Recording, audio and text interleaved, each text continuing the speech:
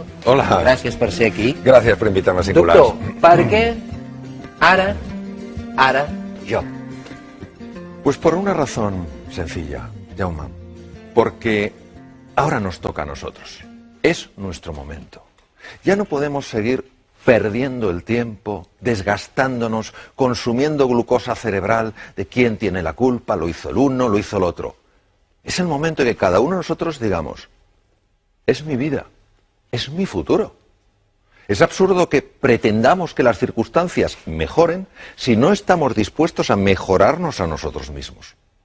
Lo que se trata es de que seamos de verdad conscientes de este hecho. Nosotros podemos crear nuestro futuro.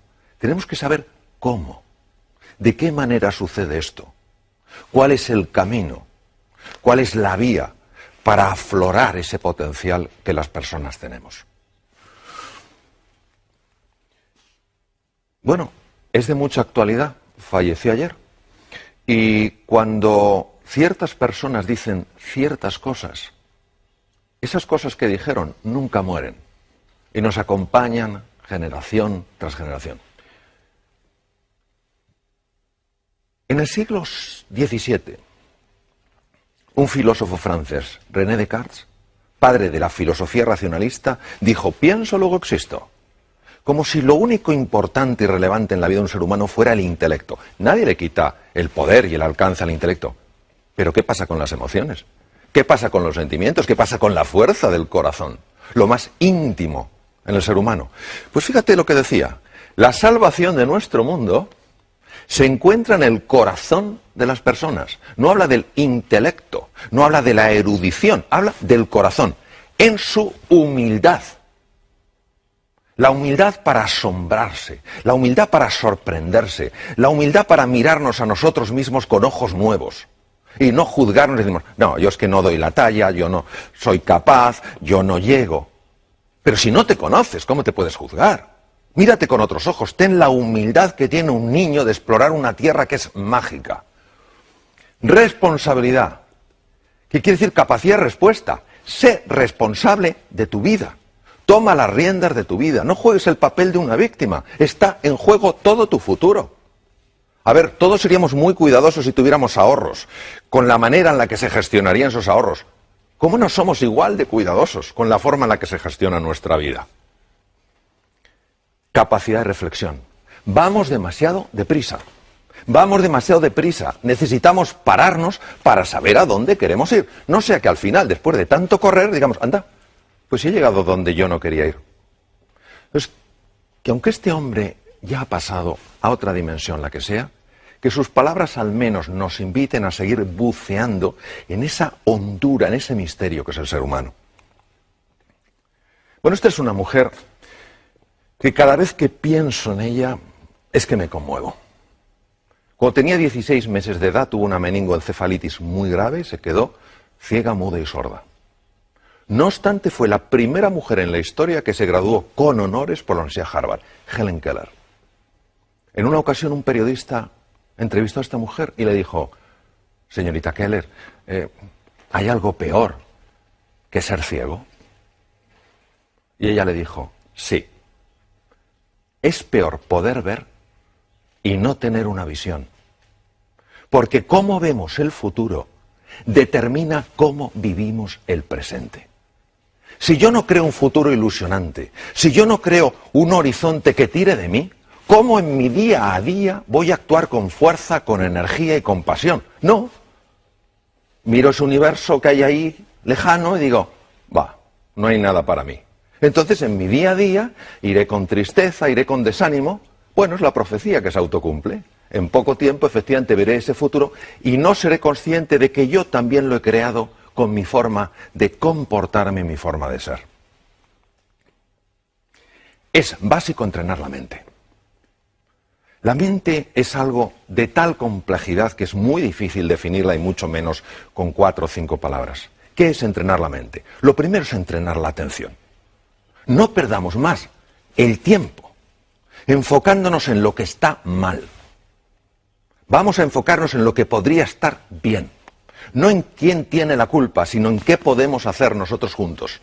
Vamos a usar la imaginación no para generar angustia y preocupación. ay, ¿cómo va a ser mi vida mañana y pasado? Sino generar posibilidades, algo que nos ilusione. Tenemos que ser capaces, además, de parar ese diálogo incesante que nos pone la cabeza a estallar, con desesperanza, con desánimo, con desilusión. Necesitamos entrenarnos en la reflexión. La palabra inteligencia viene de la raíz latina, interlegere, que quiere decir mirar dentro. Pero ¿qué pasa? Que cuando estamos hablando de entrenar la mente nos suena un poco extraño. ¿Cómo? ¿Es que una persona que quiere aprender un nuevo idioma no tiene que entrenarse? ¿Es que alguien que quiere aprender un nuevo deporte no tiene que entrenarse? Porque la mente no se va a entrenar. Necesitamos entrenarnos en fortaleza mental y en fortaleza emocional. Porque el mundo en el que estamos es un mundo complejo e incierto. Pero una cosa es la complejidad y la incertidumbre y otra es la desorientación. No podemos estar además desorientados. ¿Cómo nos orientamos? A través del entrenamiento mental. La creatividad es básica, todos lo sabemos. ¿Por qué es tan importante la creatividad? Porque es la que te permite aprovechar las posibilidades que la realidad te ofrece para crear un campo de juego que te abra nuevas oportunidades. ¿Pero qué nos pasa? Nos pasa que cuando pensamos en la creatividad pensamos que para ser creativo hay que haber pasado por la universidad, hay que tener 27 másters, etc. Eso no es verdad. La creatividad es consustancial con el ser humano, está en cada uno de nosotros. No hay un solo ser humano que no sea creativo. Lo que pasa es que hay muchos que sí creen que no son creativos. Y entonces no crean nada novedoso porque ellos no creen que en su interior hay ese potencial. La clave para la creatividad es la pasión. Tenemos que encontrar esa palanca emocional, ese motivo, esa ilusión que nos levante por la mañana con hambre de hacer algo nuevo, de encontrar la relación entre cosas que aparentemente no están relacionadas. Por eso el estado de ánimo es clave, que creamos en nosotros y en nuestro potencial. Hay que buscar los recursos emocionales. A ver, si somos honestos con nosotros mismos y empezamos a pensar con calado y con hondura, ¿por qué no hemos conseguido ciertas cosas en la vida? Nos daremos cuenta que la mayor parte de las veces no ha sido por falta de conocimientos o falta de erudición, sino porque nos ha faltado pasión, o nos ha faltado compromiso, o nos ha faltado determinación, o nos ha faltado autoconfianza. ¿Qué es buscar esos recursos emocionales? Es en ese abanico de colores irte a tu pasado y decir, vamos a ver, ¿cuándo en mi vida he tenido realmente coraje? Y seguro que encuentras un momento en tu vida en el que hayas sido valiente y audaz. Tienes que traerlo ahora, tienes que recordar quién eres, porque se nos olvida la grandeza que hay en nuestro interior. Inventar el futuro. La forma en la que creamos nuevas realidades es absurda. Consultamos al pasado y le decimos, pasado, yo he podido hacer esto, y el pasado dice, no. Pues tú, pues entonces no podré. ¿Pero qué es eso? ¿Pero qué es eso? ¿Cómo va el pasado a determinar nuestro futuro? Es al revés, ¿cómo hay que hacerlo? Hay que crear esa idea que nos apasione, que nos ilusione, que tire de nosotros y a partir del futuro empezar a construir hacia el presente. Para llegar allí, ¿qué tengo que hacer primero? Pues tengo que hacer esto. Y para hacer esto, ¿qué tengo que hacer? Esto, pum, pum, pum. Es que es radicalmente distinto, pero lo hacemos al revés. Vamos del pasado al futuro. No, señor. El pasado no tiene por qué predecir tu futuro. Para nada. Está muy bien que te informe, por supuesto, pero que no te determine. Emociones aflictivas. ¿Qué es una emoción aflictiva? Una emoción aflictiva es aquella que no te da nada valioso. Por ejemplo, si yo me encuentro con un tigre, es lógico que sienta miedo, y es muy bueno que sienta miedo porque eso me da opciones de supervivencia.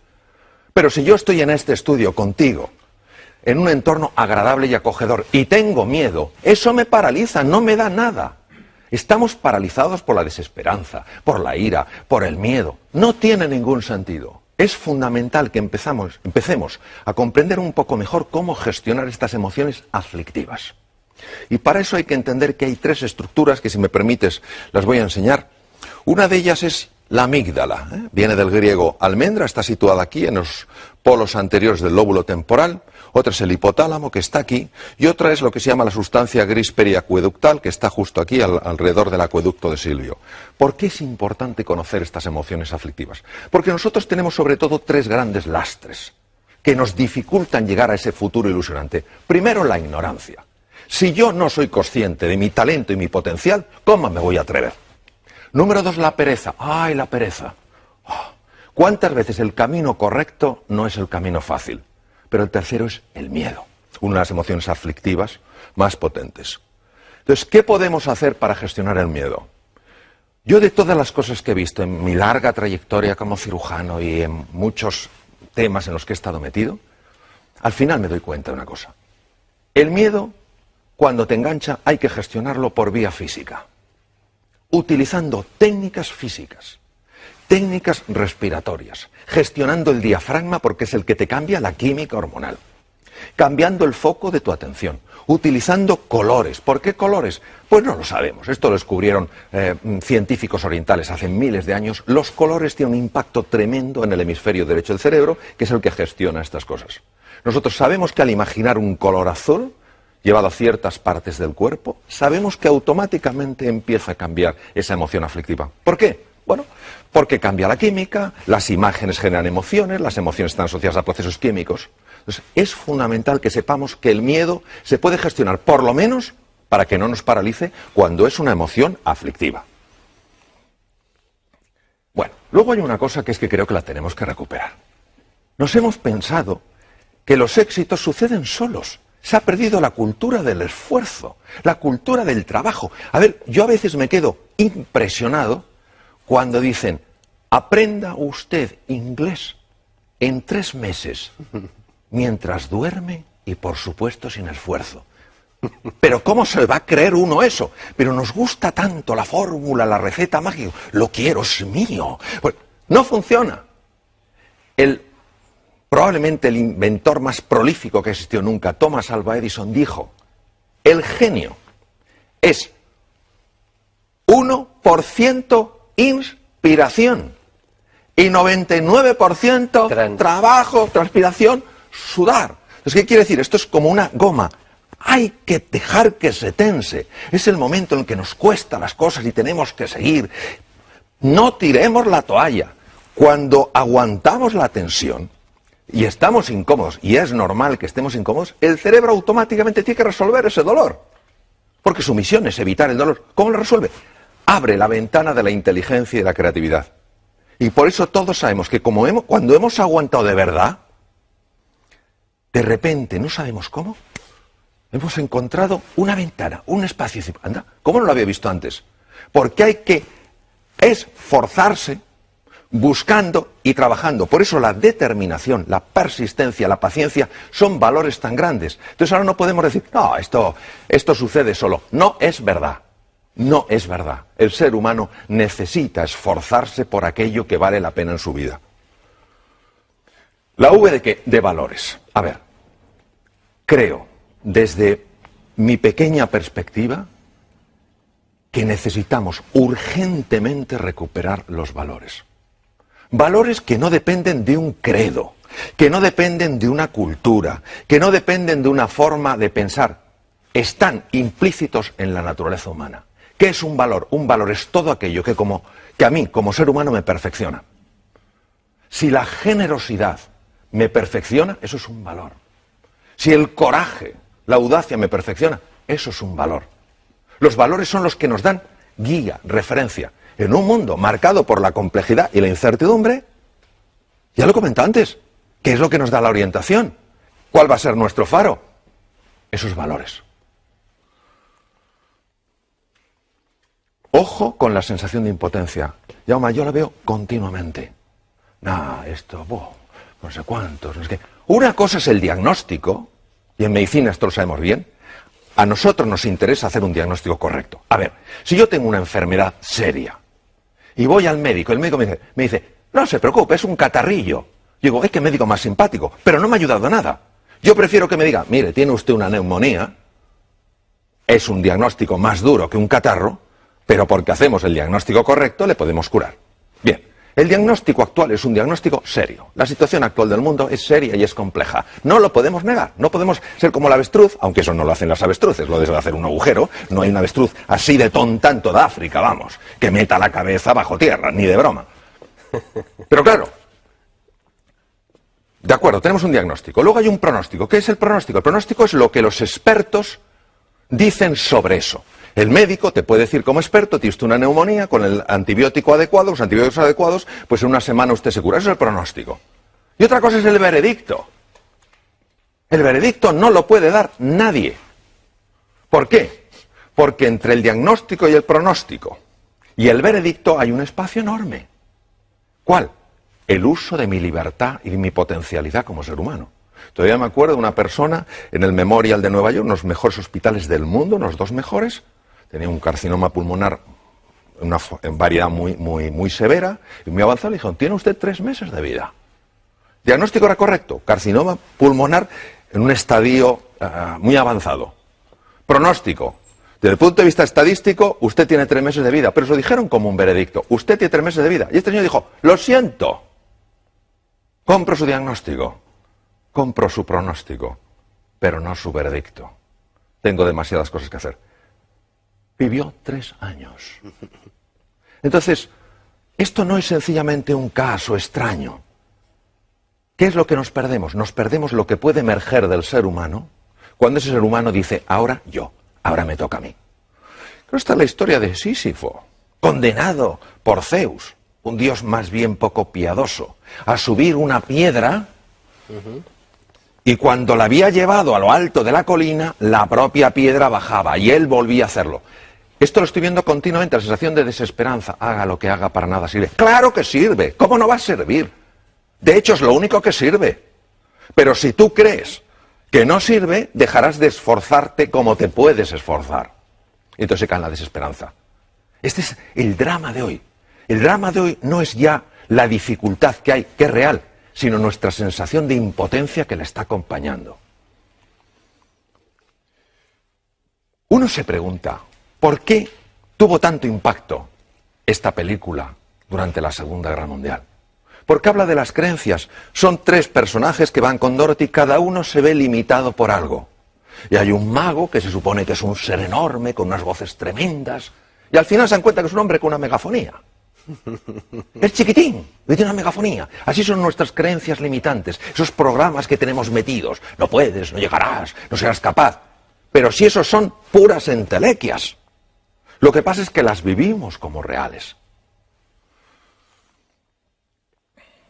El oráculo de Delfos. Un griego está consultando al oráculo de Delfos. Es importantísimo que sepamos que nosotros podemos escuchar 2 tipos de voces. La primera voz es la de la jaula de grillos. No puedes, no eres capaz, no hay salida, tú ni siquiera lo mereces. A esa no hay que escucharla. Y hay otra que es el maestro interior, que te dice confía en ti, cree en ti. ¿Cómo notas que te habla uno u otro? Es muy fácil notarlo. Cuando te habla el maestro interior, notas paz y serenidad. Cuando te habla la otra persona, la otra voz, lo que notas es crispación, tensión y desánimo. Es fundamental que prestemos atención a la voz que nos ayuda, no a la que nos anula. Bueno, esto a mí como médico me impacta profundamente. La actitud, ¿qué es la actitud? La actitud es cómo me posiciono yo frente a una realidad. Está más que demostrado médicamente que la actitud de una persona frente a una enfermedad afecta a todos estos niveles. Los linfocitos, ¿qué son linfocitos? Células que atacan bacterias, virus, tumores. Células fagocíticas, los fagocitos, lo mismo, los engloban de otra manera. Macrófagos, son el servicio de limpieza del organismo. Se ingieren, destruyen todos esos detritus para que no se infecten. Anticuerpos, fibroblastos, generadores de la cicatriz. Todo esto es afectado por la actitud y uno dirá, pero ¿cómo es posible? Porque la actitud afecta mis emociones. Mis emociones son procesos químicos y todas estas células que vemos en la pantalla tienen receptores para esas moléculas. Claro, no es lo mismo que a un linfocito que tiene que pelear con una bacteria se le pegue la molécula del entusiasmo que la del desánimo. Porque imagínate un linfocito acercándose a una bacteria con la molécula del desánimo y el propio linfocito, claro, en el lenguaje linfocítico, diciendo, oh, yo con esta bacteria no tengo nada que hacer, yo me voy. Pero es que es así, es decir, lo digo en un plan un poco desenfadado, pero es que es así. Es que se ha demostrado que estas células reaccionan de manera radicalmente diferente según las moléculas de la emoción que se ajusten. Nelson Mandela, se puede aprender tanto de este hombre, que podía haber odiado tanto a sus carceleros. tenía tantas razones. Y lo único que le importó es la reconciliación. Y él decía que la última libertad, la que nunca te quitarán, es tu libertad interior, tu libertad creativa. Claro que la libertad para moverte, esa te la pueden quitar. De hecho, él estuvo encarcelado 27 años en Robben Island. Pero tu libertad interior, ¿cómo quieres tú posicionarte frente a algo? Él eligió posicionarse no desde el odio, sino desde la voluntad de la reconciliación. Porque él sabía que no era el único prisionero, sabía que sus propios carceleros eran prisioneros de su propio odio. Vaya mensaje. Hombre o máquina, no podemos estar esclavizados por programas mentales. Por programas mentales que nos alteran. No somos criaturas que solo reaccionemos, que nos pinchan y quitamos el brazo, que nos queman y quitamos el otro brazo. Hemos de recuperar nuestra libertad interior y decir, de acuerdo, esta situación es dura, esta situación es compleja, no me gusta. Yo, si hubiera podido, no la hubiera elegido, pero me ha tocado. ¿Qué puedo hacer para relacionarme con esa situación con mucha más potencia y mucha más energía? Entonces, en ese momento, cuando yo utilizo mi libertad interior, mi libertad creativa, ¿qué es lo que me hace verdaderamente humano? Salgo de la dimensión de máquina. Ya no reacciono, ya no soy alguien que dependa exclusivamente de las circunstancias. Soy influido por las circunstancias, pero no soy determinado por ellas. Bueno, esto de llegar a las reuniones. A ver, ¿cuántos problemas tenemos hoy? Muchos. Pero si la energía para resolver problemas, esa es una energía que nos debilita. Lo que hay que decir es, señores, ¿qué desafíos tenemos hoy sobre la mesa? Se ha visto, cambiando palabras, problemas por desafíos, cómo la sangre cambia, porque cambian las hormonas, cambian las moléculas de las emociones. Entonces, vamos a dejar de hablar tanto de lo que está mal y vamos a hablar un poquito más de qué está pidiendo de nosotros la vida. Pues la vida lo que está pidiendo es que demos la talla que por naturaleza tenemos. Voy a terminar con 3 animales. Los 3 para mí tienen un mensaje. Adoro la naturaleza. Adoro la naturaleza. El águila tiene visión. Visión de alcance. No nos podemos quedar con la superficie, hay que ir más allá. No podemos tener una visión superficial, tenemos que ir con más profundidad. No podemos tener una visión estrecha, tenemos que ver una visión más ancha. Es un mundo ya todo conectado. La ley de sistemas está presente. Claro, esto llama a ese entrenamiento de la mirada, a mirar las cosas de una manera desacostumbrada. Segundo, el león. ¿Por qué el león duerme 2/3 partes del día? Uno dirá, porque tiene mucho sueño. No digo que no, pero porque confía en él, porque confía en la vida, porque confía en los demás. Es la confianza. Y el tercero es el actuar estratégicamente. A ver, todo esto, si solo se queda en un revulsivo emocional, en algo que me ilusiona, en algo que me entusiasma, pero no cojo yo y digo, y ahora me toca a mí dar el primer paso, no sirve para nada. Entonces, la actuación estratégica, es decir, bueno, quiero llegar aquí, ¿qué 4, 5, 6 cosas puedo poner en marcha simultáneamente para encaminarme? Si realmente nosotros creemos que podemos, vamos a subir muchísimo las posibilidades de poder. En la vida, Jaume, tú lo sabes igual que yo, solo tenemos una seguridad. En un momento determinado nos vamos a otra dimensión. Ahora, nosotros podemos jugar con más posibilidades. De eso se trata. Creyendo más en nosotros, en todos nosotros, y poniéndonos en marcha como aquellos que creen, desde luego es así como inventamos nuestro futuro. Doctor Mario Alonso, com sempre, magistral. Muchas gracias. Ens acaba de posar una injecció. Companyi, per favor, anem Claro a la taula. que sí. Ens acaba de posar una injecció de voluntat de no rendir-nos, de continuar endavant, de lluitar, ho dèiem també al principi. Vostè, doctor, diu que hi ha 9 valors essencials que d'alguna manera desenvolupen el caràcter d'una persona. Si li sembla, passem llista a aquests 9 valors essencials. Li sembla? Començo amb el primer, amistat. Amistad viene de la raíz latina amare, amar. La amistad es aquello que hace que una persona jamás se sienta sola. Que sepa que puede ser ella misma sin ser por eso aceptada o rechazada. porque se la quiere por quien es como ser humano, no por lo que tiene o por cómo se comporta. La amistad es algo de la que ya se hablaba pues, hace 25 siglos, ¿no? Es ese amor fraternal. Es sentir que en ese momento en el que te sientes especialmente débil y vulnerable, puedes hablar con alguien que es tu amigo. Y esa persona te va a ayudar, no te va a rechazar, no te va a juzgar. Por eso me parece tan hermosa esa cualidad, porque es la cualidad del encuentro. No hay un solo ser humano que pueda crecer y evolucionar hasta alcanzar su plenitud si no es con otros seres humanos. El ser humano crece en el encuentro, no crece aisladamente, no crece centrado en sí mismo. La amistad me parece maravillosa para esto. Alegria. Bueno, la alegría es muy distinta a la euforia. Lo mismo que el gozo es muy diferente al goce. La alegría es la percepción interior de que algo se está expandiendo. Y la alegría normalmente sucede siempre a la generosidad. Cuando yo hago algo por un ser humano, sin esperar nada a cambio, no quiere decir que no me guste, que la persona me diga gracias o que en un momento determinado me ayude, pero no lo hago por eso. Lo hago porque para mí esa persona está llena de dignidad. La respeto, la quiero ayudar, crecemos juntos. Entonces, cuando yo hago eso sin esperar nada a cambio, surge una emoción única, especial, que es la alegría. Reflexió. Ay, la reflexión, querido Jaume, la reflexión. En un mundo que va... La reflexión es igual al viaje interior. Es estar dispuesto a hacer el trabajo en mí mismo que necesito para transformar mi forma de ser. No para convertirme en quien debería de ser, sino para sacar a flote mi verdadero ser. Nos pasamos la vida intentando cambiar a los demás. Y tengo una noticia. Eso no funciona. No funciona.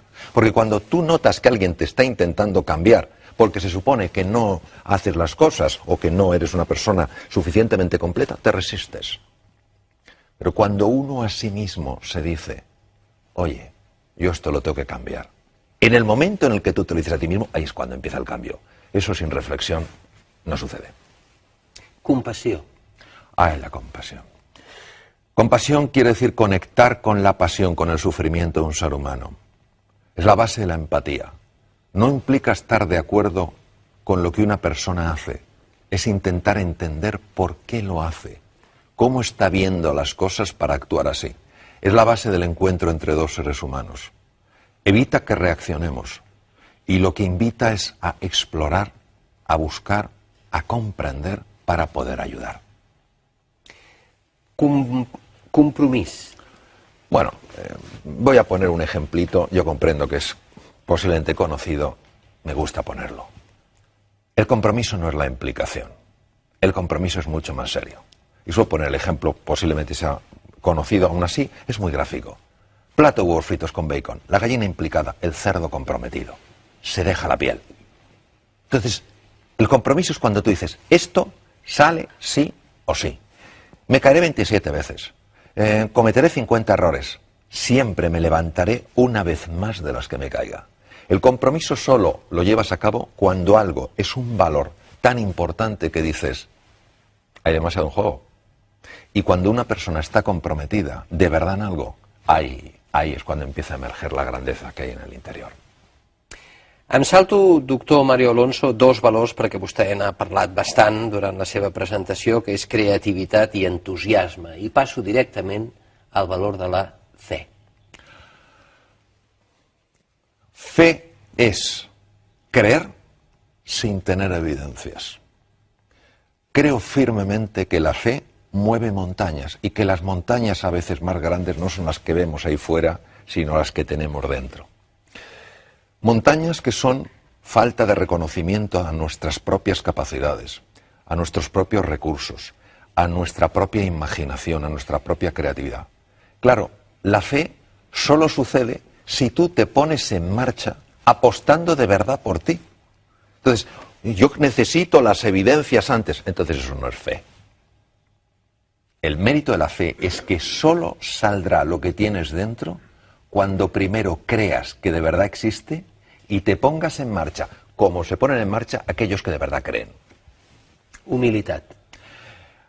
La humildad no es una virtud muy glamurosa. Para mí es la clave. Viene de la raíz latina humus, lo que fertiliza la tierra. La humildad es la que hace que yo me pueda poner de forma permanente en el papel de un alumno. Y por más que pueda saber, siempre esté abierto a aprender de cualquier ser humano. Las personas, en cirugía, algunos de los más grandes maestros que he tenido, personas súper reconocidas a nivel mundial, me llamaba la atención su humildad. Preguntaban, ¿qué harías aquí? ¿Por qué? Porque es que es lo único que te ayuda a integrar el saber colectivo para dirigir ese saber colectivo hacia un fin que merece la pena. Fíjate, en el siglo XIII después de Cristo, uno de los más grandes filósofos que han existido nunca, Santo Tomás de Aquino, dijo lo siguiente: todos los pecados del hombre, y la palabra pecado viene del arameo, y quiere decir error, solo quiere decir eso. Es decir, todos los errores del ser humano proceden de un único origen, la soberbia. Mario Alonso, en el seu llibre hi ha moltes frases. Mario Alonso Puig. Mario Alonso Puig. En el seu llibre hi ha moltes frases, doctor, i jo n'he destacada una, perquè em sembla extraordinària i li demano que l'expliqui una mica més. Trobar una sortida és molt diferent de trobar una solució. Cuando una persona sale de su zona de confort, se atreve a explorar, porque empieza a creer más en sí misma, porque quiere descubrir nuevas posibilidades, pasa de esa zona de confort a lo que se llama la zona del coraje, porque ahí lo que te aguanta es el coraje, la fe y la determinación. Claro, ahí uno se siente perdido. No tiene el mapa porque ha salido de la zona de confort, se siente confuso. ¿Qué pasa? Que quiere evitar el dolor. Una salida. Abandona, tira la toalla. Pero si aguanta, si tiene firmeza, si tiene entusiasmo, si cree de verdad en sus posibilidades, mantiene la tensión de esa goma que veíamos, y el cerebro no tiene más remedio para evitar el dolor que buscarle una solución. ¿Cómo lo hace? Abriendo dos ventanas, la de la inteligencia y la de la creatividad. Faràs gran el teu poble no pas elevant les taulades dels seus habitatges, sinó amb les ànimes dels seus habitants, Epictet. Epicteto fue un esclavo romano de la escuela estoica y era muy interesante lo que dijo, porque a veces ponemos todo el peso en la ciencia, la tecnología, el avance. ¿Y qué pasa con el trabajo interior? ¿Qué pasa con el desarrollo del ser humano? ¿Qué pasa con su crecimiento? Si no van de la mano, si solo hay ciencia y tecnología y no hay crecimiento humano, al final lamentablemente usaremos esa tecnología con un deseo de dominar a otras personas. Solo engrandeceremos a los pueblos si van de la mano. La ciencia y la tecnología, por supuesto que sí. El crecimiento del ser humano también. Gràcies, doctor.